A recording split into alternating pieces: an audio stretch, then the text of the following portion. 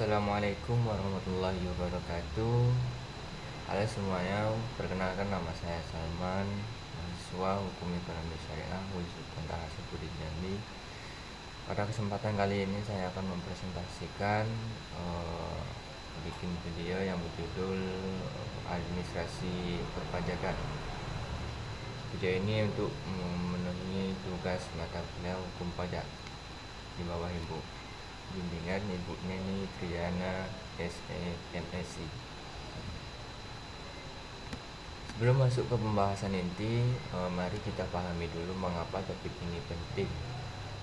Pajak adalah tulang punggung keuangan negara menurut pakar hukum pajak Rothman Armitro.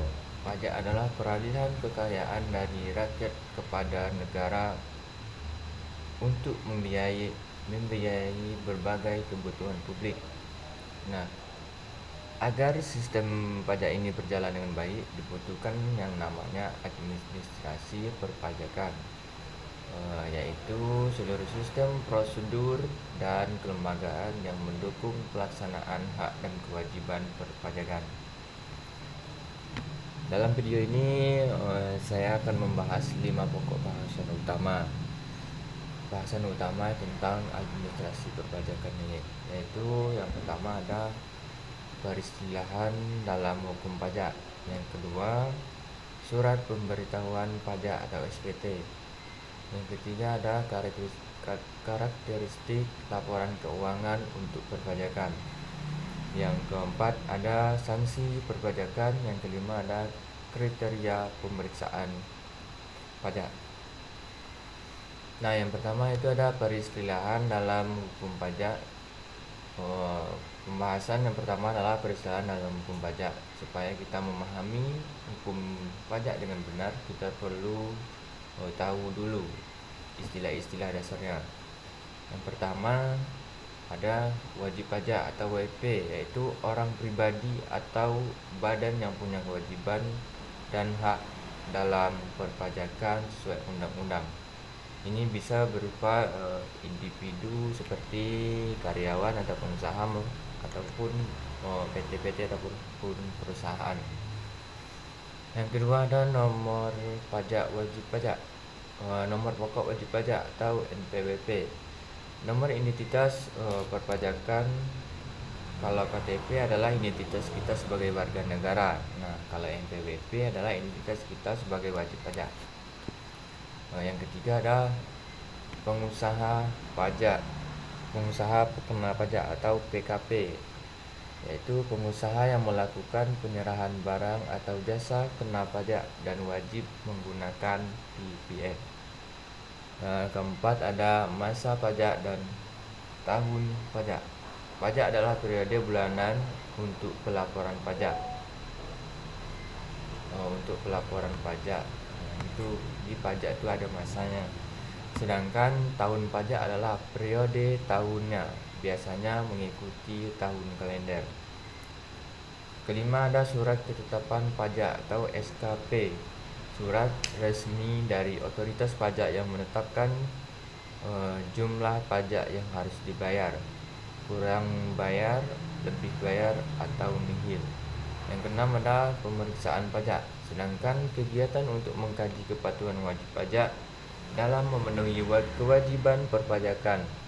Memahami istilah-istilah ini sangat penting agar kita berkomunikasi dan berinteraksi dengan sistem perpajakan tepat dan efisien. Berikutnya kita akan membahas tentang surat pemberitahuan pajak atau yang sering kita sebut itu SPT. SPT adalah surat yang digunakan wajib pajak untuk melaporkan perhitungan dan pembayaran pajak kepada negara. Inilah dokumen terpenting dalam sistem perpajakan di Indonesia. Indonesia menganut sistem self-assessment, artinya wajib pajak diberi kepercayaan penuh untuk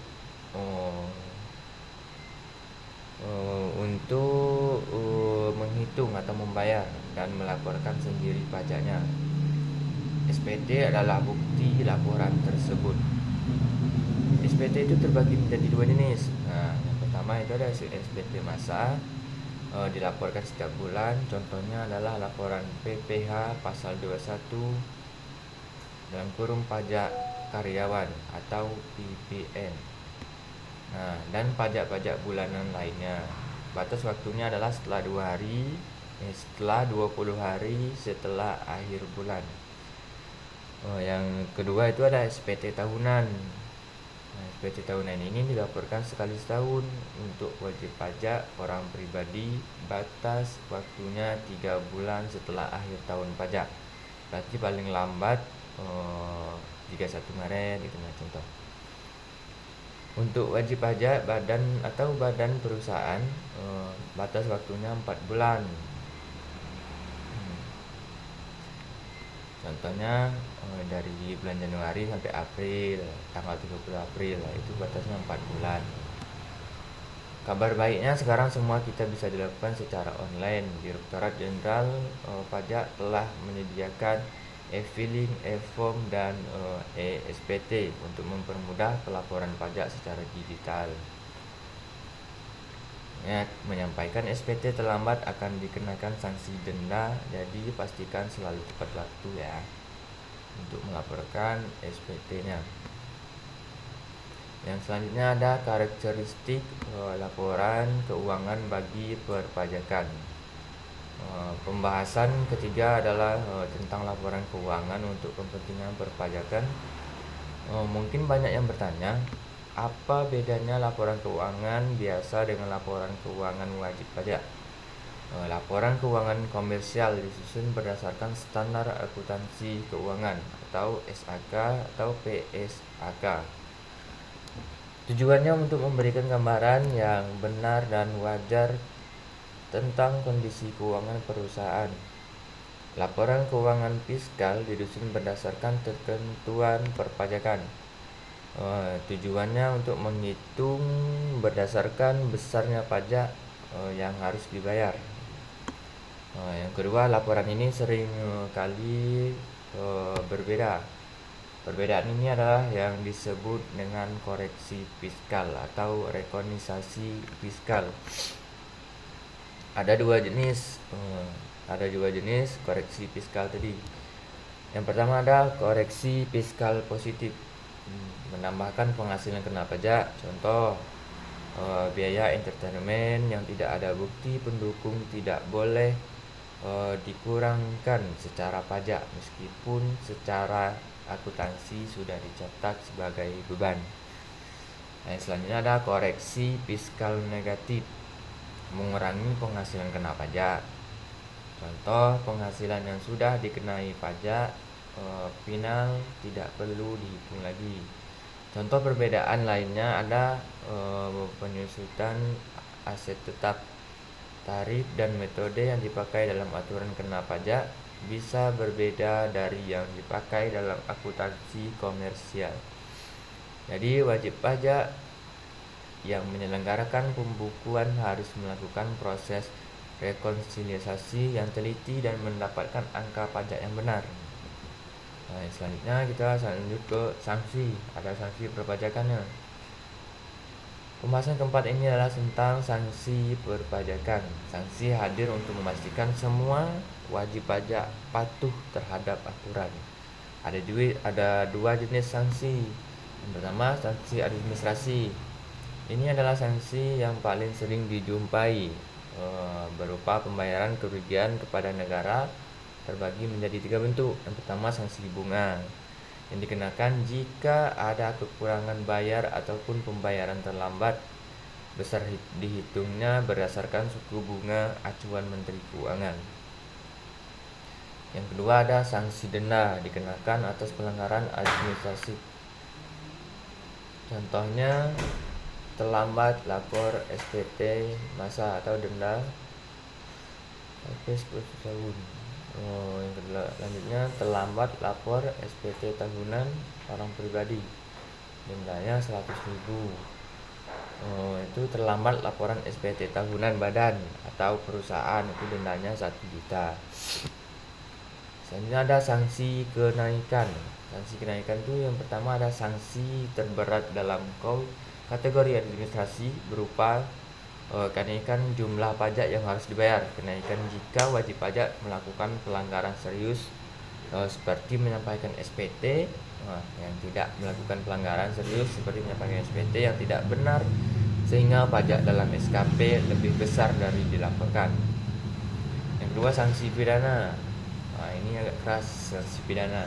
Ini adalah sanksi paling berat berupa pidana, kurungan atau penjara disertai denda. Ditetapkan jika ada unsur kesengajaan. Kesengajaan kalau sengaja tidak membayar pajak. Kesengajaan yang menimbulkan kerugian negara. Prosesnya melalui penyidikan oleh PPNS Direktorat Jenderal Pajak. Selanjutnya ada kriteria pemeriksaan pajak. Ini pembahasan yang terakhir, ini adalah kriteria pemeriksaan pajak. Pemeriksaan pajak adalah proses yang dilakukan otoritas pajak untuk mengkaji wajib pajak pada memenuhi kewajiban pajak yang benar. Ada dua tujuan pemeriksaan. Yang pertama itu ada mengkaji kepatuhan wajib pajak untuk memberikan kepastian hukum dan keadilan. Yang kedua, tujuan lainnya itu misalnya pemeriksaan pemberian atau penghapusan NPWP, penetapan PKP dan lain-lain. Kapan seseorang bisa diperiksa? Antara lain jika SPT-nya menyatakan lebih bayar atau rugi. Yang kedua, wajib pajak akan meninggalkan Indonesia secara permanen. Yang ketiga, perusahaan melakukan merger atau likuidasi atau pemburuan. Yang keempat itu ada indikasi ketidakpatuhan perpajakan. Dua jenis pemeriksaan. Yang pertama, pemeriksaan lapangan, dilakukan di tempat tinggal atau tempat usaha wajib pajak. Yang kedua ada pemeriksaan kantor, dilakukan di kantor Direktorat Jenderal Pajak. Yang penting untuk diketahui, wajib pajak punya hak-hak dalam proses pemeriksaan antara lainnya. Pertama, minta tanda tangan pengenal pemeriksa dan surat perintah pemeriksaan. Yang kedua ada mendapat penjelasan alasan pemeriksaan. Yang ketiga menghadiri pembahasan akhir pemeriksaan. Yang keempat itu mengajukan keberatan jika tidak setujui dengan hasil pemeriksaan. Yang keempat itu yang terakhir ya. Baik, kita telah membahas seluruh pokok-pokok dari tentang administrasi perpajakan ini. Yang pertama ada peristahan hukum pajak adalah fondasi untuk memahami hak dan kewajiban perpajakan. Yang kedua ada SPT. SPT ini adalah instrumen utama sistem self-assessment yang wajib diisi benar, lengkap, dan tepat waktu. Yang ketiga ada laporan keuangan fiskal, bisa berbeda dari laporan komersial. Koreksi fiskal diperlukan untuk menghitung pajak yang tepat. Yang keempat adalah sanksi hadir untuk menjamin kepatuhan baik sanksi administrasi maupun pidana. Yang kelima ada pemeriksaan pajak, adalah mekanisme kontrol kepatuhan yang menjunjung hal-hal wajib pajak. Baiklah teman-teman, mungkin ini dapat yang saya sampaikan untuk menjelaskan tentang administrasi perpajakan ini. Kurang lebihnya saya mohon maaf. Semoga video ini bermanfaat dalam memahami administrasi perpajakan di Indonesia. Terima kasih sudah menonton. Wassalamualaikum warahmatullahi wabarakatuh.